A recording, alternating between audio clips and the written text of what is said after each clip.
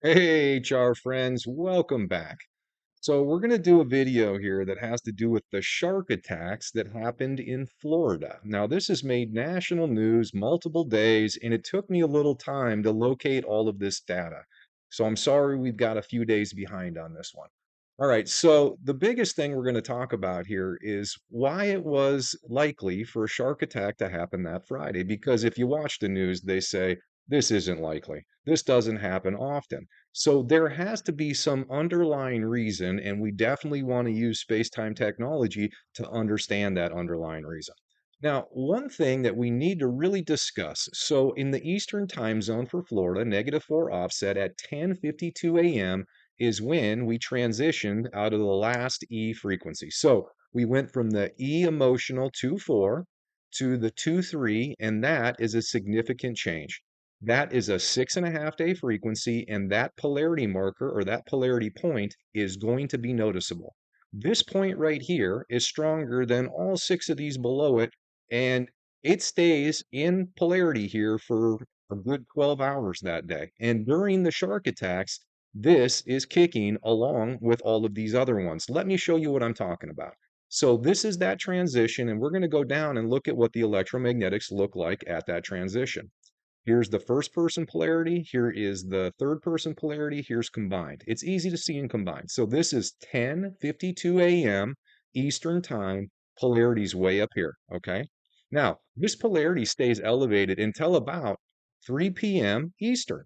Now, the two shark attacks happened at 1:20 and 2:55. So both of them before 3 p.m., both of them during this increased agitation. Now, why is this important? Well, just like we become more agitated when these polarity points hit, so does every other life form, whether it's an animal, whether it's a fish. So these sharks are being activated and their defenses are starting to be agitated, and that's going to tell them, or it's going to activate them to want to go feed. Now, here's another thing that's important. Come on over and look at the graph here with me. So this is the tidal sequence for Friday, June 7th. Now, high tide was at 8:39 a.m. in Walton Beach where these shark attacks happened. Now, if you didn't know this, during high tides, the fish will come in to feed, including sharks. Now, they will stay in until they get to about the halfway tide, which happens to be 3 p.m. today. So from 8:40 in the morning until 3 p.m. in the afternoon is optimal time where you're going to see fish just naturally eating. Now, on top of them just being at the right time for them to naturally eat, then they also have this electromagnetic polarity point that would be agitating them and making them want to eat more aggressively. Now, these sharks did not attack, it was a mistake. Sharks are not trying to eat people. Sharks don't want to fight with people, but sharks are likely going to make a mistake when electromagnetics are way elevated. And in this case, we had a bunch of people swimming in an area of the beach during a high tide that coincided with a high likelihood of agitation, which means accidents are likely. All right.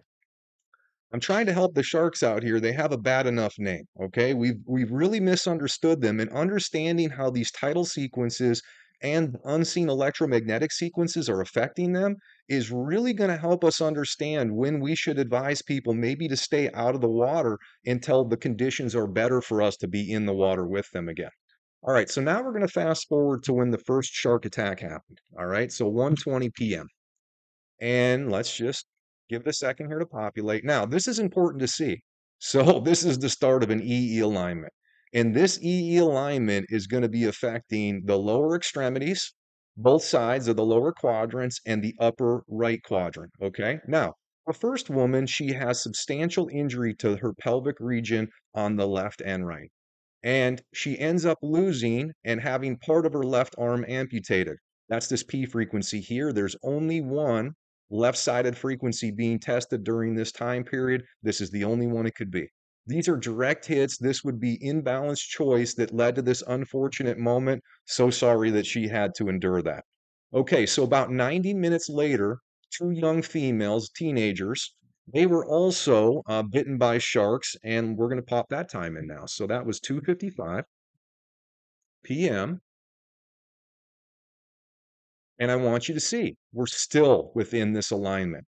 So this alignment made it more likely. It's going to make it very easy to see why some kind of unfortunate event is happening here. And it was hard to get the information. So what I got from one of the young girls had right lower extremity. That's this one right here. So that's a direct hit for an alignment. And then the other girl had multiple locations, including upper extremity. So we're not going to get into that. We don't have that data quite clear yet, but we do have enough information here to understand why this would have been likely and why multiple people were bitten because the conditions were very, very mathematically probable. Okay, listen, for all the people that were injured and all the people that were traumatized from this, I hope that this trauma and that this resolves as soon as possible for you. Health Reconnected is trying to make a difference and help us understand a deeper meaning to what's going on here so that we can start to make policies and procedures and do things in a way where it's safer for all of us. And we don't have to have news stories about people being bitten by sharks by mistake anymore. All right, stay tuned. We'll have another video here, I'm sure, within the next 24 hours showing the next event that we want to understand a little bit better. All right, talk to you then.